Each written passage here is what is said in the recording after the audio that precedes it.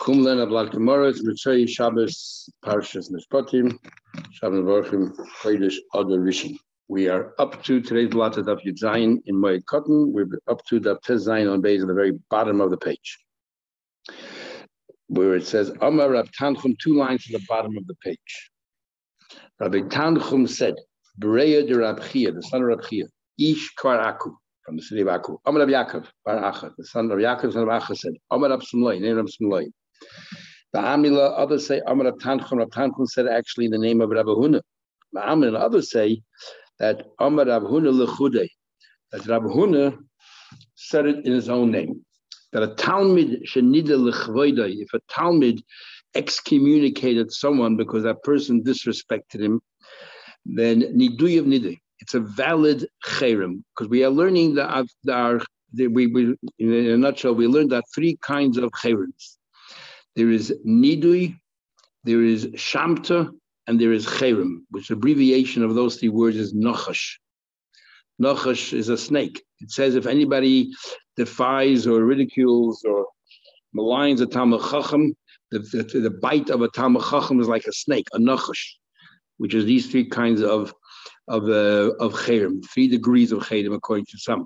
Now, if a Talmud puts someone in cherem because they insulted him personally for being a learned scholar, the cherem is valid. But not everybody's bound by it. His teacher or his superiors are not bound by it. The time we learn, Menuda l'Rab, Menuda Talmud. If the rabbi puts someone in cherem, then the student has to abide by it. But Menuda l'Talmud ain't Menuda l'Rab. But if it's put in cherem by the student, the teacher is not bound by it. So we infer the Rab hu de'ein Menuda. The teacher is not bound by it. But Kuli Alma Menuda, everybody else has to follow the cherem. That means you can interact with the person, and we'll see in the Gemara the next week or so what exactly the laws of cherem are. Says the Gemara Lamai. Now, what was the reason why the Talmid Chacham placed this person in cherem? Ibn Milah D'Shmaya, because he made a chil Hashem. That ain't chachma, there ain't tuna, there's no ain't etza. There's no ways around it. Neged Hashem. If somebody made a chil Hashem, then everyone has to be bound by the cherem. Elalav l'kavod atzma. He did it to defend his own personal honor for being a Talmid Chacham, and it is binding. Rabbi Yosef said, "Tzurba Rabbanan." A tzurba rabban is an expression when we talk about a young, sharp student. Tzurba means scrambled eggs. This student is still yet not fully cooked through yet. He's a young man. Ovedin al-nafshe, he's allowed to take matters in his own hand. B'milsa de psikale. If he knows 100% that he's allowed to, for example, put the person in chedem, he can do that. There was this young rabbi, there were rumors circulating about him of a misbehavior, and they behaved in an immoral way. According to some, he actually committed immoral acts. According to others, the crime was that he is to meet single women in his office on their own. And that's where's the place, please? About 10 lines from the top. Somebody have an article there, tell them we were up to. 17A1, at the top of the 2nd column. Thank you. Or bottom of the 1st column, really. Says the Gemara, Amar Abuda, who was then the scholar, as a scholar there, he said, "Hey, how should we deal with this young rabbi? L'shamte, to put him in cherem for the way he's behaving himself. Everyone needs him because he's a scholar. They ask him for advice. Loy l'shamte, not to put him in place in cherem. He's desecrating Hashem's name. This is how a rabbi behaves." So Amalei Rabbi Bachana, turn around to Rabbi Bachana, a peer of his. Midei Shmi Allah Baha, did you hear anything at all about this? What should we do? Amalei Hachan Rabbi Yechon said, it says, Kisiv se koyin yishmeru das, that the lips of a koyin will protect knowledge. The Torah Yavakshim Api, you should seek out this person to learn Torah. Ki Malach Hashem Tzvakasu, this person is like an angel. So we learn, if your rabbi is like a malach, yivaksha Torah, study from him. But if not, al yivaksha Torah, don't study from him. So therefore, it doesn't matter if the person is a scholar. If he doesn't behave like an angel, Shamte Rabbi Yehuda placed him in cherem. The Magid of Mezrich actually was asked by a great scholar, a Pinchas Horowitz, a Pinchas Balaflo. He said, "I don't understand the Gemara. Who knows what an angel is like? How did he tell us if your rabbi is like an angel, learn from him? How do we know what an angel is? Whoever mixed with an angel?" So the Maggid Mezrich said, "You misunderstood the Gemara. Most people are human, And even though you might have respect for them and everything else, but as you become closer to them, you start seeing their foibles, you start seeing their weaknesses, their flaws. But if somebody's a special person, the closer you get to them, the more awe and reverence and respect you have for them, because you realize they have no flaws, they're just perfect. And that's what he means. Just like a malach, you have no idea what a malach is. If your rabbi is like a malach, that you have no idea, understand what the person is doing because he's so special and so holy, that's the person you should choose as your teacher. Anyway, the story continues. Shamte Rabbi Yehuda placed in Mechedim. Safe a while later, Ichlish Rabbi Yehuda was weak. Also, the rabbis came to Mevakar Chayla to visit the sick. And this person was excommunicated joined them, but he kept a distance of 4 amas. Rabbi Yehuda saw him. He started to laugh and smile. Amalei, this person was offended. He said, bad enough that you put me in Chedim. What, you're mocking me? You're smiling. Amalei said to him, I'm not laughing about you, I'm smiling about me. I'm going to go to the world to come. And they're going to judge me. I'm feeling so good now. Even though you're such an important person, everybody wants you and respects you. I didn't take any, I wasn't corrupt. I didn't take any chanifa from you. I didn't take any sheikhad.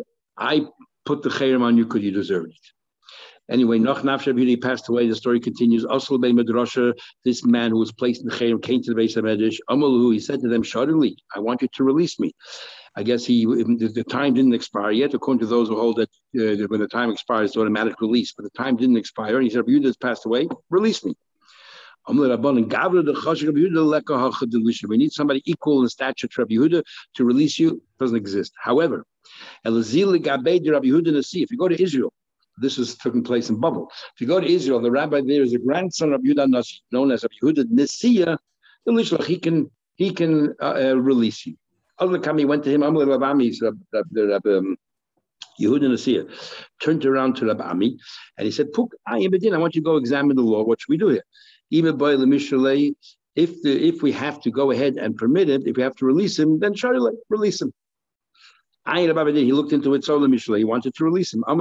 He stood there, a rabbi called Shmuel Achmeni, who never frequented that Beis HaMedrash. He stood on his feet, and he said, in the story of Rebbe's maid who placed someone in Cherem, as we'll soon learn. And yet nobody treated lightly. For Sholosh in 3 years, Yehuda Chavereinu, Yehuda, our friend, placed someone in Cherem. You want to release him so early? Allah has come, surely he should remain in Cherem. Amr Abzaid was one of the students that was learning this, said, what's going on here? To us, suddenly this man appeared in our Beis HaMedrash. He never came here before. Hashgacha pratis, punkt today, even though the halach is not like him, but just divine providence that today he ended up in our shul. Obviously, it's a sign from above that we have to follow his advice and not release the person from his chayim. We don't have to release him. He refused to release him. Nafak, he walked out, he was crying. But Ozil, he was going. Asa Ziburi came along a bee, Vitarke Amse, and gave him a bite on his male member, which is what they accused him of philandering and all that. Vishachiv al-Shachiv. And he passed away. Alayla Marata, the Hasidim, they wanted to bury him amongst the great Hasidim because they felt that maybe he did tshuva because he cried when he went out. Like Kiblu, it wasn't accepted. Aylula Marata, the Dayane, they brought him to a lower level to just the judges, Kiblu, and he was accepted. That means he had a modicum of tshuva. My time, what is the reason? Because why was he accepted at the level of Dayanim? Because the Avad Kirabbalai, he followed the advice of Rabbaloi and he avoided a Chil Hashem. Now, this is an amazing Gemara. The way Rashi learns the Gemara, and it's as follows: the Tanya B'Lo Yamer, Im Roya Adam Shishim Gavril. If a person sees that he cannot control his impulses, Yelech L'Makom She'ein Makir. Now, go to another region, another city that nobody knows who you are. They don't know that you're a rabbi or a special person. The Yilbash Chayim, dress in black. The Yisatesh Chayim, wrap yourself up in black. The Yasem Mashaliba Chayfetz, commit to that you really such these urges that you cannot control. And what are you achieving by that? At least you're avoiding Chil Hashem. And then, so the way that's how Rashi learns that this is advice. You should, if you cannot control the Avera, do the Avera somewhere else and get over and done with. And therefore, because he avoided Chil Hashem, he was buried amongst the Yad. Tosfos and others say that that's pshat. They say what it means is when you dress in black, you will suddenly, and you go to another city, it'll dawn upon you, what in the world am I doing? Why am I allowing my Yetzer Hara to take over? And therefore, that in itself is going to subdue you and suppress your urges so you can go back. Moshe Feinstein was asked in his Chuvas, somebody wrote to him, I want to go to a movie theater where they show adult films. Should I take my yarmulke off or not? To avoid a Chil Hashem. So Moshe wrote back to him. He says, why are you asking me if you should take your yarmulke off or not? Why don't you ask me if you're allowed to go there in the first place in the theater? And he gave the guy a real piece of his mind in that shul. But the idea is there is some benefit to at least avoid a Chil Hashem. So think about it further. You brought a thing about the maid of Rebbe. What exactly happened? The Amsa the Rebbe, the maid of Rebbe Chazisa, she once saw who gave a person that he was smacking and belting his older son. Almost she said, that parent should be placed in Chayrim. Why? You are causing your son to rebel against you, and you're causing him to sin and to violate Kibbut Avayim because you're too harsh. The time we learn, the makal, you hit your oldest son. Shulchan Aruch rules an 18-year-old boy and over, you're not allowed to smack. Other Rishonim said that gadol doesn't mean in years, it means in maturity. You can have a 10-year-old kid, but if a 10-year-old kid is mature, don't smack. Talk to them, reason with them, do other kinds of punishment. Don't smack. No physical violence. Interesting, very progressive. Reish Lakish was guarding his orchard. Also, a person came along and started eating from his figs without permission. He started yelling at him. The guy refused to listen. He continued stealing the guy's figs. Reish Lakish got angry. He said, "You should be placed in the chayrim." The guy retorted, "You should be placed in the chayrim." Imam is chayavti, okay, I owe you money for stealing your figs. But neither is chayrim. Doesn't mean you can put me chayrim. As Taisa says, take me to the Torah. Warn me to go to the Torah. Or Rabbein Tam says, in fact, in that place, in that city, the custom was that they used to take, and then afterwards they would come and make some kind of reckoning with how much money they owe. Anyway, the Shlakish was fuming. Also, the Medrash, he went to the base of Medrash to find out who was right. Amalei told him, Shaloi nidui, shulcha nidui. That person's chayrim that he placed on you is valid, but your chayrim on him is invalid. So the Shlakish got a little worried. I'm now excommunicated. My takante, what's my remedy? So they told him, Zilig Abe, go find this guy. That he should release you from the chayrim. So the Shlakish said, I have no idea I have no clue who he is. They said, that instance, Zilig Abe, to say you have to go to a leading rabbi, that he should release you. Time we learned. You do, you place the chayrim, any day, you don't know who did it. Go to the Nasi, and he will release you. Huna said, Usha, in the city of Usha, which is one of the 10 places where the Sanhedrin went exile, went from place to place, they made the following rule. Av Bezin, if the leader of the community, this is very relevant to these times, Shesarach, he went off, he committed something unethical. You don't place him in chayrim, because what the Gemara is going to say here in a minute is, on the one hand is the individual that has to be punished and make sure it doesn't happen again. On the other hand is the office that this person represents. And if you, and sometimes the Chil Hashem that it generates, people are going to say, when an individual gets put in chayrim, they'll say, oh, that person is a shmendrik, that person is bad. But if it's the rabbi, for example, that people are going to say, Yiddishkeit is terrible. They're not only going to, attack the rabbi, they'll attack the whole Yiddishkeit. So you have to be very careful. So they say, if the Av Bezin goes off, deviates, don't place him in chayrim. You tell him, you know what? Retire, go home. We don't want to see you anymore. So you're no longer, jeopardizing Yiddishkeit. He continues, he's a serial abuser, whatever, not abuser, but serial person who sins. And he did it again. Then there's no other recourse but place him in chayr, because the people are become aware and they will think, what's going on here? How come you're not, punishing this person or chastising this person? Well, Pliga, this actually argues with the Shlakish, because he's of the Pliga. The Amar Shlakish, Talmud Chochem Shesalach, Rabbi, misbehaved. You put him in chayrim, but not in a public way. Shneimar says, if somebody stumbled today, the Choshel Gam Navi, Imcha, and the Navi, the rabbi, also sinned Loila at night, midnight. It should be treated like night. Kaseya Kalayim.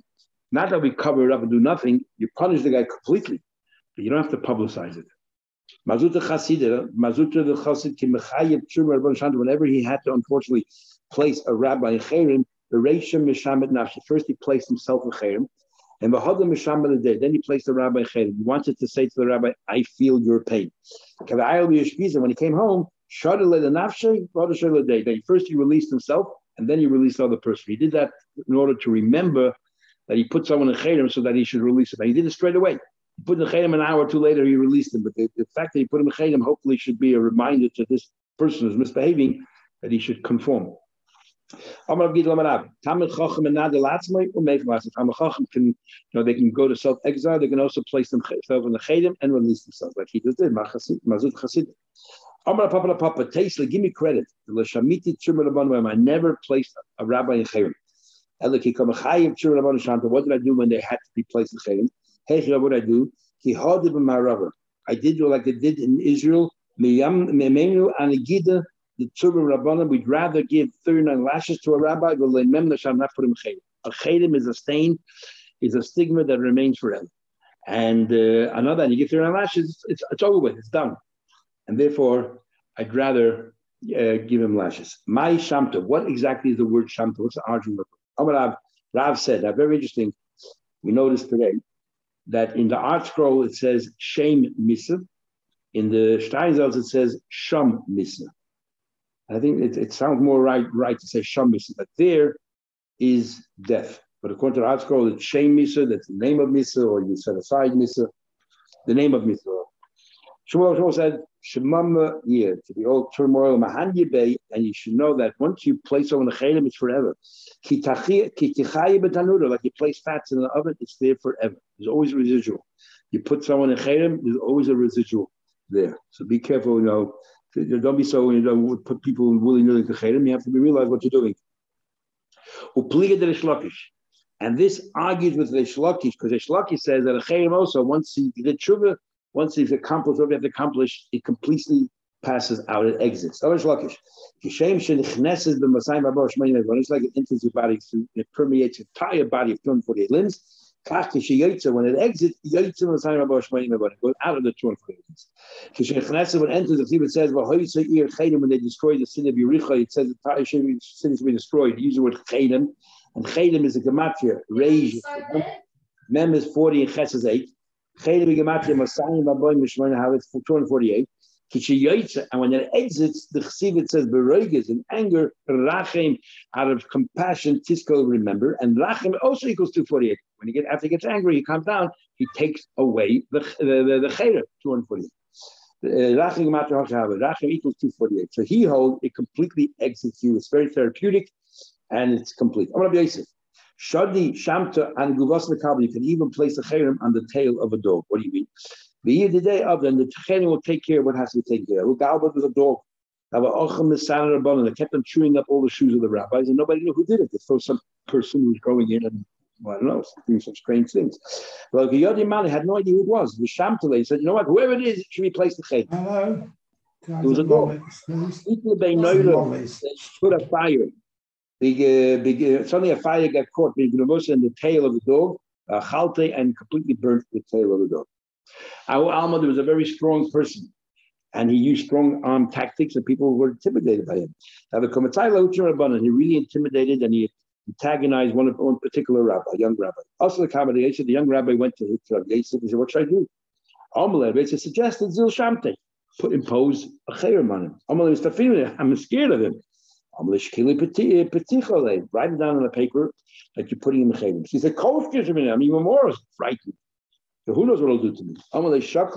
Take a piece of paper, place it in a jug where you die in the base at the very top of the page, and place it in a cemetery. The Kari Bay Alpha Shipure, blow the shofar 1,000 times over 40 days. Do that. Also, Ovid Hachi did that. Kokakada, the barrel burst, miss almama, and that strong person died. Maishe Pure, what's the idea? What's the word shofar? Where you say you blow a shofar by a chayrim, what's the idea? That we are, I guess this is like retribution, or we're paying you back for your misbehavior. And my Tavra, they also did the blow of Trua, like we do in Rosh Hashanah. What is the word Tavra? Which is the word trua. Rabbi said, Tavre bote rami, that you're bursting the tall houses. In other words, these strong armed people can be broken. Anybody who's arrogant and conceited, full of hubris, when you put them in chedim, they definitely become humble. The Tanya don't remember Gamliel. Komakum shenosnu chachamim. Whenever the chachamim were antagonized and they got angry, oy misa, oy oini. The end result was either death or poverty. Then the Mishnah said, we should learn in the Mishnah that you now take haircuts on Chalamoid to do laundry unless you had no choice. For example, you were released from prison or you came back from overseas. And then the Mishnah said, if you're a Nazir and Bahamatzaira. Now the question is, when we say that you had no choice, does that also apply to Matzaira? What happens if you finish Matzaira 2 days before Yom Tiv? Then we don't allow you to take a haircut Chalamoid, or it doesn't matter. So the Gemara says, a question. Is this only talking about because you started to become your Mitzvah ended on Yom Tov itself, so you had no choice? Or your Nazir ended on Yom Tov itself, so you had no choice? Even if you had time before, we're still going to make an allowance for you to take a haircut Chalamoid. Amalei, you said, Tanim, we learned. All those that we said, you take a haircut of Chalamoid, all the things there about coming from prison, released from prison, coming from overseas, it's talking about you couldn't have done it earlier. If you could have done it before Yom Tov, we're not going to excuse you and allow you to do it Chalamoid. But a Nazir and Mitzvah, even though they had time, Mutadim, we permit them to do it on Yom Chalamoid. Even though they did the wrong thing, we're still going to give them an allowance. You know why? Yishu carbon is saying because you cannot bring a carbon until you took a haircut, especially by Mitzvah. And we didn't want them to delay. Because we don't let them take a haircut till after Yom Tov, they can delay their karbanos. A carbon you should bring ASAP. Our Mishnah doesn't mention a word about a mourner. If somebody came back from overseas and it was in the middle, and suddenly he's mourning, is he allowed to take a haircut? Doesn't mention in the Mishnah an allowance for that. Or a kohen to have a rasta now take a haircut during that week, they have to take before. Doesn't mention if let's say that if the rasta ended right before Yom Tov, could he take a haircut Chalamoid? But the Brisa does. Tanu learn. Hakoyin ha'avel mutarim begeluach. That the avel is allowed to take a haircut. Now, just quickly an introduction so you'll understand what's going on. During Shiva, you're not take any haircuts. And during Shloshim, the first 30 days, you're not take any haircuts. And for a parent, we say you can take a haircut only when your hair is very long, and people say, hey, your hair is too long. Shulchan Aruch says it's usually 3 months, unless it's really long. Now, but let's go talk generally. Shiva, you now take a haircut. Shloshim, you now take a haircut. However, there's a rule as follows. It comes Yom Tov cancels part of your mourning. So if, let's say, you were sitting Shiva for 3 days, and then suddenly it's Pesach, your Shiva is over. You don't have to resume. Afterwards, it's over. If, let's say, you sat the full Shiva, and then you had 1 day of the Shloshim, and then Pesach comes along, Pesach cancels your Shloshim. Now, we have a big argument between the Chachamim and Abba Shal. The Chachamim say that you have to have the 8th day. No, you had the full 7 days of Shiva, and now the 8th day is Erev Yom Tov. The 9th day is Yom Tov. It cancels your Shloshim, and we're going to allow you to take a haircut Erev Yom Tov, even though it wasn't canceled yet, because the rabbis knew it'll be canceled tonight, and we want you to prepare for Yom Tov, be well groomed, well kept. So therefore, you're allowed to. Abba Shaul says, I go further. He says, even the 7th day, if you sat 7 days and that night was Yom Tov, it cancels your shloshim. By the way, which is the halacha, because he says, part of the 7th day in the morning is the end of yeshiva, because miktzas hayom gula. We know we stand up from shiva on the 7th day in the morning. So therefore, the rest of the day is like the beginning of your shloshim. So therefore, your shloshim already began on the 7th day. So that night, your shloshim already began. The Yom Tov cancels your shloshim. So you can take a haircut on the 7th day to prepare for Yom Tov. So now the Gemara wants to know, if we're going to allow an oval to take a haircut on Chalamoid, that means that there's no shloshim anymore. The shloshim is over. So if the shloshim is over, he could have taken a haircut at a Yom Tov. So why would you allow him to take a haircut on Chalamoid? What's the Brisa talking about? What's the scenario that an oval can take a haircut on Chalamoid? If he couldn't have done it before Yom Tov because the shloshim didn't start, there was still shiva or shloshim, then what do you call it? That means the shloshim hasn't started yet. It's still in the middle of shiva. So why would he be able to take a chalamoid? The only way he can take a chalamoid is that the shloshim was canceled. If the shloshim was canceled, then he had Erev Yom Tov to take a haircut. So why would we allow him to do a chalamoid? That's the Gemara's question. Says the Gemara, hi oval, this oval, hey chidami, what are we talking about? You tell me that what? That the 8th day was Erev Yom Tov. Now, in other words, the shloshim already began, and that night the shloshim was canceled, and therefore that day even though the Yom Tov didn't happen yet, we made a special allowance to take a haircut. Then the boy the Gluch Yom Tov regularly should have taken a haircut out of Yom Tov. What right does he have to say, I want to take a haircut Chalamoid? But he had to tell me, Shechol Shmini Shalai must be, on the one hand, the 8th day already came around. On the other hand, he could not take before Yom Tov, so therefore Shleishim was canceled. On the other hand, he could not take a haircut on that day. Now, why not? It must be that the 8th day was Shabbos. Sunday was Yom Tov. The 8th day was Shabbos. So your Shleishim began and Yom Tov canceled it. But you couldn't take a haircut on Shabbos. And therefore, you could take it a Chalamoid. Maybe. If let's say your 8th day came out on Shabbos, Erev Regel, that was Erev Yom Tov, and therefore that's the day the Yishleshim was canceled. You couldn't take a haircut. It's not correct. In this case, everyone will hold you can do Friday. Abba Shaul for sure holds Friday. Friday was your 7th day, and according to Abba Shaul, the 7th day afternoon is the beginning of your 30 days. It gets canceled. Of course, you can take a haircut then Erev Yom Tov. You couldn't do it on Shabbos, so Friday is the closest you can do it to Yom Tov. But even the rabbis who generally disagree will agree in this case, if the 8th day is on a Shabbos, which means that the Shleishim will cancel it, the rabbis say, look, in this case, you have no choice. We will concede to Abba Shaul that in this case, you can take Yom on Friday. So either one you hold, you can take Yom on Friday. So what right do you have to do it on Chalamoid? So the Gemara, the Amar of Chizah said, Amar Avina, name of Avina. He said as follows: Halacha Abba Shaul. First of all, the halacha Abba Shaul that Friday, which is the 7th day of Shiva, the morning is the 7th day, the afternoon is the beginning of Shleishim, and so therefore we know that your Shleishim will be canceled, and the only opportunity you have to prepare yourself for Yom Tov is Friday afternoon. So you're allowed to take a haircut Friday afternoon, and then therefore you have no right to take a haircut on Chalamoid. Chacham will agree to Abba Shaul in this case. If the 8th day falls on a Shabbos, so Chacham will agree that night the Shleishim will cancel your Shleishim. It will be canceled because the 8th day was on Shabbos. So, and the rabbi said, look, in this case, we're going to allow you to prepare for Yom Tov on Friday. So if you didn't prepare on Friday, why should we give you a special allowance of Chalamoid? You should have taken a haircut Friday. So more answers. I'll tell you what the case here is. We needed Shechol Shvi Shaloi Liyaz B'Shabbat. The 7th day was on Shabbos. So according to the rabbis, if the 7th day is on Shabbos and the 8th day is already Yom Tov, your Shleishim doesn't get canceled. So therefore you cannot take a haircut Chalamoid. But according to Abba Shaul, the 7th day in the afternoon is already a Shleishim, so that night will be canceled, and therefore the only time you can take a haircut is Friday. So even though Friday is the 6th day of Yeshiva, the rabbis will allow that. And the Brisa is going according to Abba Shaul, and we're talking about that the 7th day is on Shabbos, and therefore, since your Shleishim is going to be canceled, and the only time you can take a haircut is Friday, even though it's a 6th day, we're going to allow you.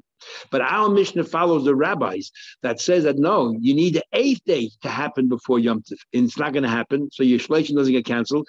Therefore, you cannot take a haircut, the Chalamoid, and that's why our Mishnah doesn't bring down Avon.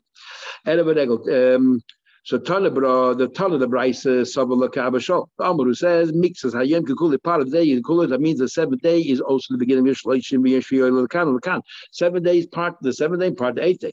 The Kivan part of Shleishim. The Kivan the Shabbos have it on the Shabbos. You can't take a haircut, and therefore you can do it on Friday, and that's what the Brisa says. You can do it. You could do it Friday and so on. However, Tana did not so. Our Tana holds. Sorry. Since Shabbos was on honest, you have no choice. So therefore, we allow you to do a Chalamoid. Sorry, not on Thursday. We allow you to do it a Chalamoid because you couldn't have done it Erev Yom Tov, because Erev Yom Tov was the 7th day, but it was Shabbos. So therefore, you can do it a Chalamoid. However, Tana didn't. Our Mishnah holds like the rabbis. So look at Rabbanan. I mean, they say we don't say that part of the day is like the whole day. And therefore, so therefore the 7th day, it's full Shiva, and that's Shabbos. You didn't even start yet your 30 days. So if you didn't start your 30 days, you now take a haircut of Chalamoid. And that's our Mishnah. Okay, what's the story of the Kohen? Hi, Kohen Hechidami. What's the story of the Kohen? He now take a haircut during his roster. He can only take a haircut before he starts because he wanted to come in well kept. But what he could do is on Thursday before Shabbos to prepare himself, he can take a haircut. So the question is, but the reason why you can't have a haircut is because of Shleishim, not because of Chalamoid. Exactly, but it happens to be on Chalamoid. So when our Mishnah says that he doesn't mention doesn't mention an oval is because he cannot take a haircut. True, The reason why he cannot take a haircut is because it's still part of shloshim. But the fact is he cannot take a haircut. So therefore, our Mishnah doesn't mention at all what do you call it? Oval. Okay. Says the Gemara. Now, what about this coin? Hi, coin, hechidami. What's the story with this coin? His roster came to an end. In other words, Sunday was Yom Tov and Shabbos is when he ends his term. Is he and he should have taken a haircut on Friday or on Thursday, because a kohen, even though during his roster we don't take a haircut, but we do allow him to take a haircut on Thursday to prepare for Shabbos. So why didn't he take a haircut, on Thursday or on Friday? Rashi actually said Friday, but it's Thursday as well. And so what excuse does he have that we should allow him to do Chalamayit? Says Gemara, no, you know what we're talking about. The Sholim Mishmarta Birregel. For example, Yom Tov fell out on Thursday. And because Yom Tov fell out on Thursday, you couldn't take a haircut on that Thursday. And so he had no choice. And the whole week you couldn't take a haircut. You couldn't take it on Wednesday or Tuesday because a kohen the week of his roster shouldn't take a haircut. So he has no choice. That's why he could take it on Chalamayit. Says Gemara, Tani did done. So our Tana holds key when it so l'chayda a kohen should be able to take a haircut Chalamayit. How come our Tana doesn't mention it? So it says as follows: our Tana key when it not b'shloisha program Shabbos. There were 3 occasions in the year when there was no such thing as rosters. Everybody joined forces together because there was so much work to be done, and they all split equally. And Moody had a goal in the fast that pertains to Yom Tov of Bechiluk lechem upon distribution of lechem upon him. His commanded loisholim mishmar teberegulam. Our Mishnah holds that means his work is still continuing. It's still part of his roster, and therefore, because he's in the middle of his roster, he's not take a haircut. That's what Chalamayit, in the middle of his roster, he cannot take a haircut. However, Tana B'rosa, with the Tana the Brisa holds, Afagav the Shayach B'hanach Mishmar. It's true, he's still working in the base of Mikdash Yom Tov, but that's different. His personal roster ended. Mishmar Mishmar his roster personally ended, and therefore he's allowed to take a haircut on Chalamayit. Because even though he's working now, it's not considered really his roster. When we say on your roster, you shouldn't be working. Tell him what we learned. All these people that we say, take a haircut of Chalamayit, just like they'll take a Chalamayit because they just came back from overseas and all that, they can also take a haircut during the Avelis as well if they came back from overseas. Says the Gemara Batani, we learn clearly in a Braisa Asur is forbidden. Is Omar Rav Chiza, Omar Rav Shela, Kitanya Hocha. When we say over here that if you came from overseas, you're allowed to take a haircut, Mutarin Bishatakvu Avelo, talking about where you have 2 successive Avelos. Actually, it's one opinion 3. But we generally learn 2 successive Avelos. So because one followed by another, and you have a good excuse, we'll allow you to take a haircut. Says the Gemara, if it's one after another,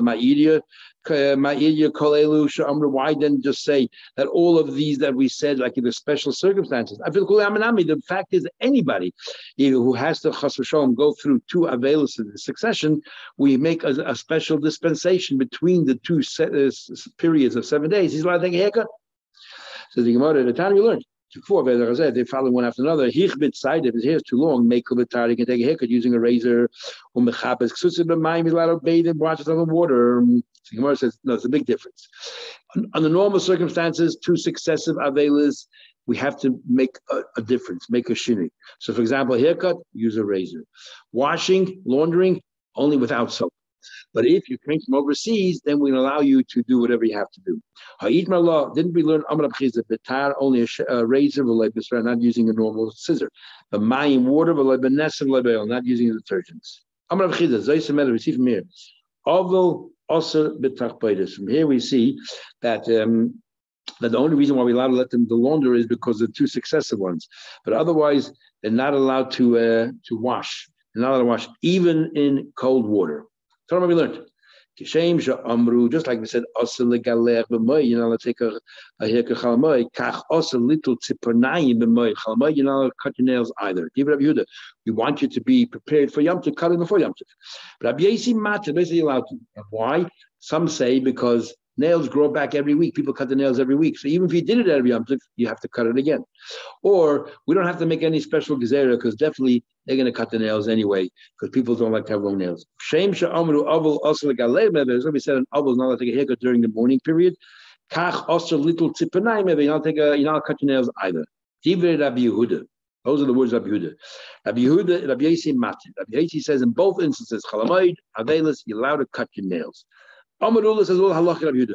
Rabbi Yehuda says the halacha is like Yehuda when it comes to Avelis. The halacha, in other words, we're strict. You're not allowed to cut your nails when you're in a state of mourning. But the halacha is like Rabbi Yossi ben Mai. For Yom Tov Chalmai, we allow you to cut the nails. Shmuel says halacha Rabbi Yossi ben Mai uba Avil. Shmuel says halacha Rabbi Yossi in every instance we are lenient that a Chalmai and a mourner can cut his nails. Amar Shmuel, because Shmuel said halacha kedivre hamekel ba'avil. Whenever two Tanaim argue when it comes to Avelis, we always follow the lenient opinion. There's an argument. What about if Hamarayim are arguing? Do we take the lenient opinion? What about if the Goinim are arguing, and so on? And there's an argument in the poskim when we say that a mourner can cut the nails. We're talking about using a scissor, an implement, or we're talking about just biting your nails or using your fingers to cut it off. Tomorrow you learn a very sad story, a continuation of this thing about cutting the nails in this period of mourning. Everyone have a Shavua Tov, a good